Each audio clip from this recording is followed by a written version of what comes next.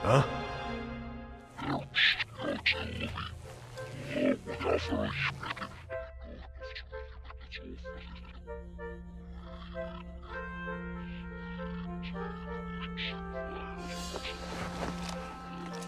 And so, I will mass produce these sounds of malice and transmit them throughout the world from this very tower, which will serve as an amplifier. Sorry, I think I missed a few key points there. So, could you start over with this grand plan of yours? Evil is going to spread, and this world will be purified. Yeah, that's great and all, but I've come to take back her ears. Come to take back? How vulgar. You think I'm vulgar? Take a look in the mirror, pal. Strange. The man in the photo actually isn't bad looking. You don't understand anything, do you? Penis got me, penis got me moaning.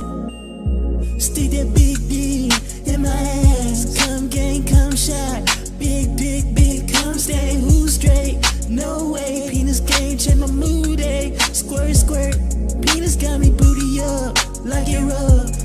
Okay, folks, strap in because Killer is Dead just punched 2013 in the face with all style, violence, and borderline insanity you can handle. No microtransactions, no DLC halfway through. It's complete, uncut Suda 51 fever dream, straight out of the gate. 100% pure eccentric hack and slash chaos. It's your boy Young Citrus subbing in for Jackal's Lair this day, and I'm just here to, do the damn review as I was asked to do. So welcome to the review. So yes, imagine, if you will, a world where you pay $60 for a game and receive exactly the game you bought in 2013. No corporate ransom notes disguised as season pass. Blizzard. The game was in development for 6 years, and according to some reports, over 9,000 people took part in making it, one way or another. So it is only logical that Blizzard will want to make a profit, to justify all the time and costs they have accrued during that process. And with a live service game that's getting updated all the time, the idea that the players are also able to pay for cosmetics and other in-game fluff through microtransactions seems reasonable enough. Let's talk about Season Passes and Season Journey first. Diablo 4 is the first in the franchise to introduce Season Passes, or Battle Passes as Blizzard calls them.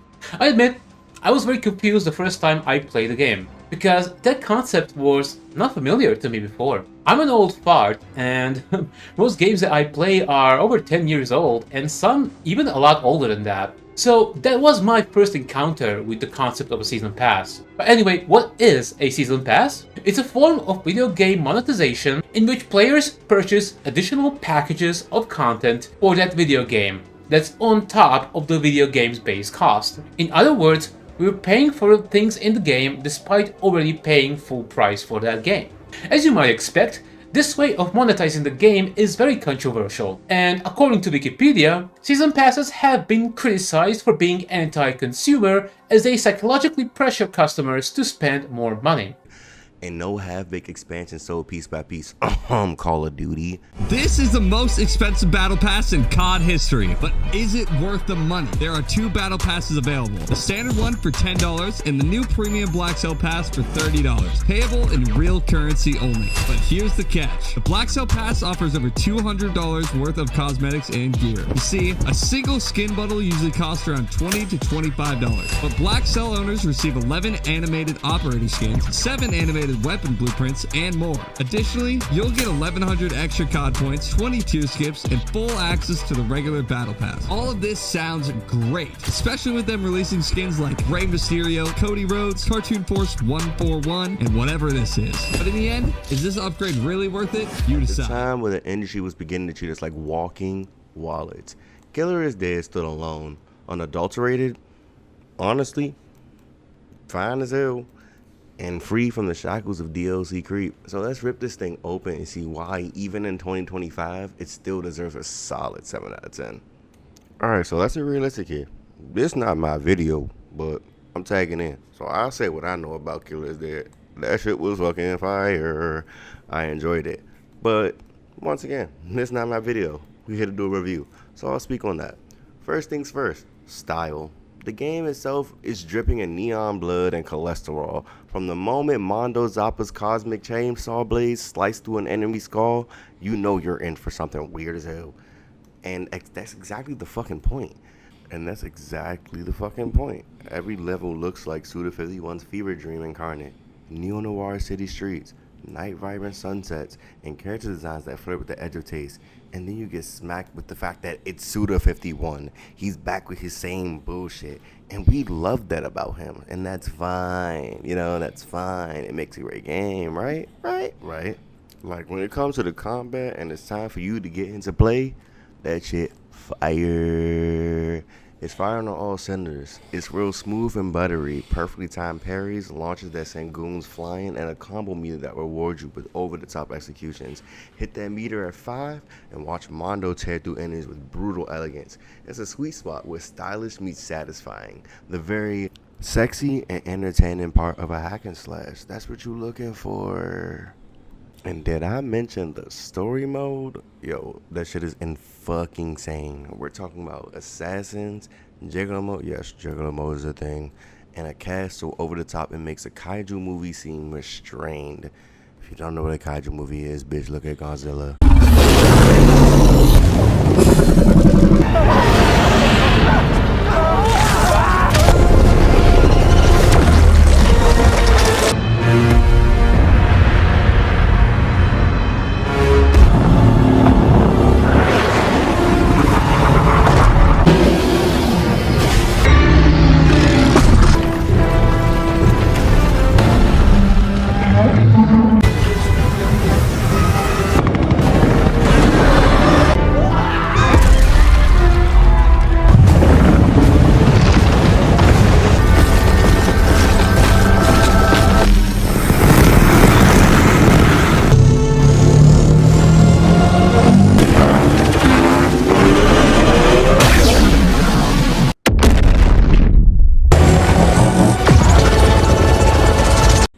Each boss fight feels like a performance art piece directed by Tarantino on acid.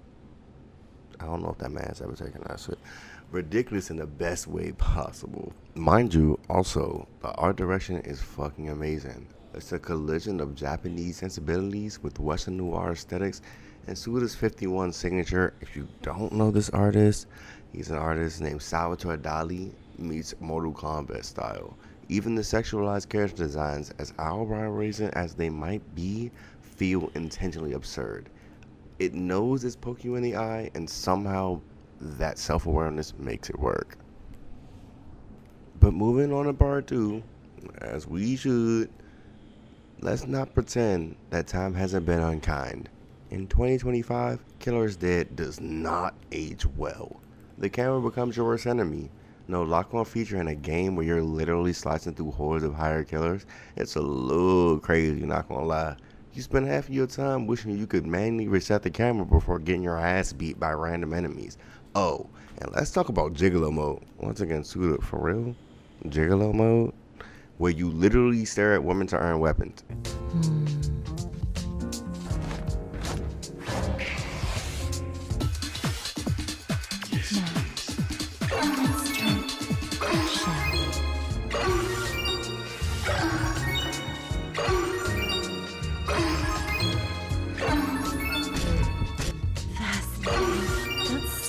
So much.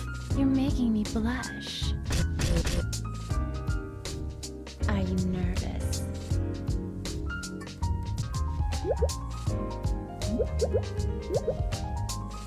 This is for you.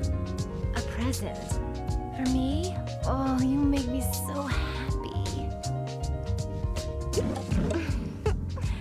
You even give presents with such style. Such a strange charm. I want to find out more about you.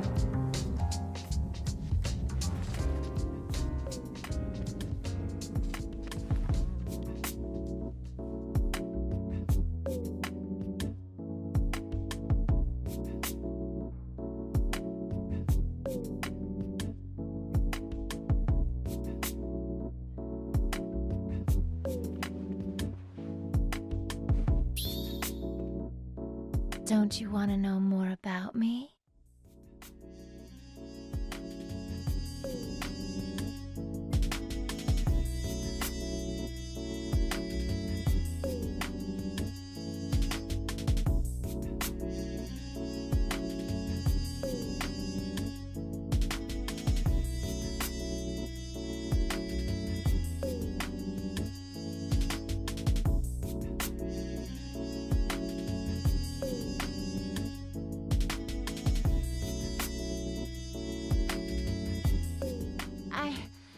I can't contain. Nobody's gonna sleep tonight. Not the same when it comes to Lollipop Chainsaw, which also was a Suda 51 project, but at the same time, the game of Killer is Dead came out in 2013. That shit is fucking gross, and it's 2025, and that shit is still fucking gross. But from a technical aspect, you'll also unfortunately have to wait through lengthy load times and screen tearing. This was a PlayStation 3/Xbox 360 title pushing the hardware to what it could do back then. I can't be mad. It was an entirely different time with game development, but since we're referring to 2025, it's frustrating with small things that could have made the gameplay better, like lock on aim. Like the controls themselves, feel like the devs programmed them on a typewriter and forgot to proofread. Shoulder dashing? Sure, but try chaining combos mid-dash without getting stuck with geometry. Okay, yeah, whatever. But moving on, here's part 3, because it's enough for me to talk about that bad portion of it. Let's talk about a different portion of it. The good part about Killer is Dead. You get an entire game for 2013's version of what a full game is versus what we have in 2025, an entirely different thing. It used to be a nickel dime type thing. Now, Killer is Dead, you bought the game, you got everything that came with it. I'm not waiting for no damn DLC for Killer is Dead. The game already came out. If you want to release a DLC, that's a part of the game and it's not something that you happen to not finish, cool. I'm all for it. I'm not here for that. Can we charge them extra bullshit? Like shit, Asura's Wrath, a very good game. But there's no way in 17 Hills you're gonna tell me, hey yo, to get the true ending of the game, you need to buy the DLC. Bitch, where's my full game? In a sea of games that couldn't resist monetizing every last pixel, Killer is Dead stands tall, bold, uncut, and gloriously unrepentant. It dares to complete itself. You get a full game as it is. You get the game when you download it as it is. You didn't need to buy a DLC to finish the game. You didn't need to buy a DLC to even finish half the damn game. And that's what makes Killer is Dead such a great game. I mean, yeah, 7 out of 10, but 7 out of 10 don't mean bad, do it? And now that we have moved past the good of Killer is Dead, we are now going to talk about the good and the bad, because that's the point. Welcome to section 4, baby.